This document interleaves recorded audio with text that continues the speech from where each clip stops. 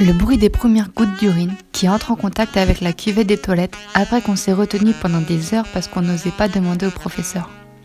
Ce bruit si relaxant, émis lorsqu'un liquide entre en contact avec un autre situé en aval. Ce bruit torrentiel qui s'accompagne d'un hurlement de satisfaction dont l'intensité et les décibels varient proportionnellement à l'attente tel un rugissement, ayant pour but d'effrayer les passants dans le couloir qui se délectaient de notre souffrance. Ces mêmes passants qui, 5 minutes auparavant, se moquaient à l'unisson de notre souffrance avec leur sifflotement incessant, sonnant comme des salves insupportables.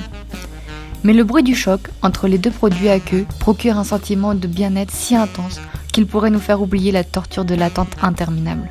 Cette douloureuse attente durant laquelle nos jambes entrent en résonance avec le sol, tel un bataillon en pleine démonstration. Ce battement de jambes synchronisé avec les mouvements circulaires de la trotteuse qui avance si lentement, penser à autre chose paraît alors impossible. Les affaires sont dans la trousse dans le sac sur le dos. Lorsqu'enfin la sonnerie retentit, le couloir se métamorphose alors en piste de 100 mètres, ou 100 mètres est, si quelques étudiants se sont assis dans le couloir. Puis, on se propulse pieds parallèles au plafond, pour parvenir à passer la porte paraissant par-delà les limites du possible, tout en passant par-dessus des parasites posés par terre, pour enfin pénétrer dans le temple du pipi, possiblement un paradis de paix. Tout ceci récompensé par le bruit des premières gouttes d'urine heurtant l'eau de la cuvette des toilettes.